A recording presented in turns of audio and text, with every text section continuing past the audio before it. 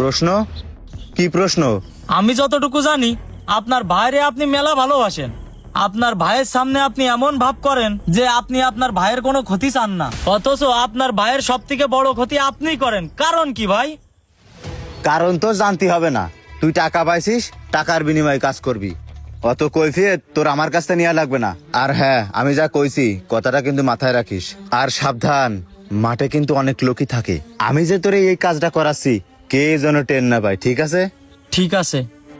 আচ্ছা ভাই, তাহলে আমরা চলে গেলাম। আচ্ছা ঠিক আছে, যা। মিয়া ভাই, এইবার আমি দেখবো যে তুই কি করে প্রতি বছর মাঠে জমি বন্ধক নিস। তাহলে শুনিসিস তো ভাই কাহিনী, তোর ভাই আমাকে 10,000 টাকা দিয়েছে তোর এই টালের সবগুলো গাছ কাটিয়ে দেওয়ার জন্য। ভাইরে, আমরা না বুঝে টাকার লোভে এই কাজটা করে ফেলাইছি।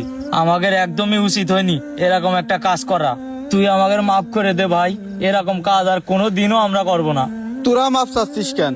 তোগের তো টাকা দেশ আর তোরা টাকার বিনিময়ে কাজ করেছিস, কিন্তু তোরা তো একটাবার ভাবলি নে যে একটা মানুষের কত বড় ক্ষতি হয়ে যাবে। আরে ভাই, টাকার বিনিময়ে মানুষ যদি খারাপ কাজ করতে কয়, তোরা কি সেই কাজটাও করবি? তোরা দুজনে একটাবারে আমার কথা ভাবলি নে?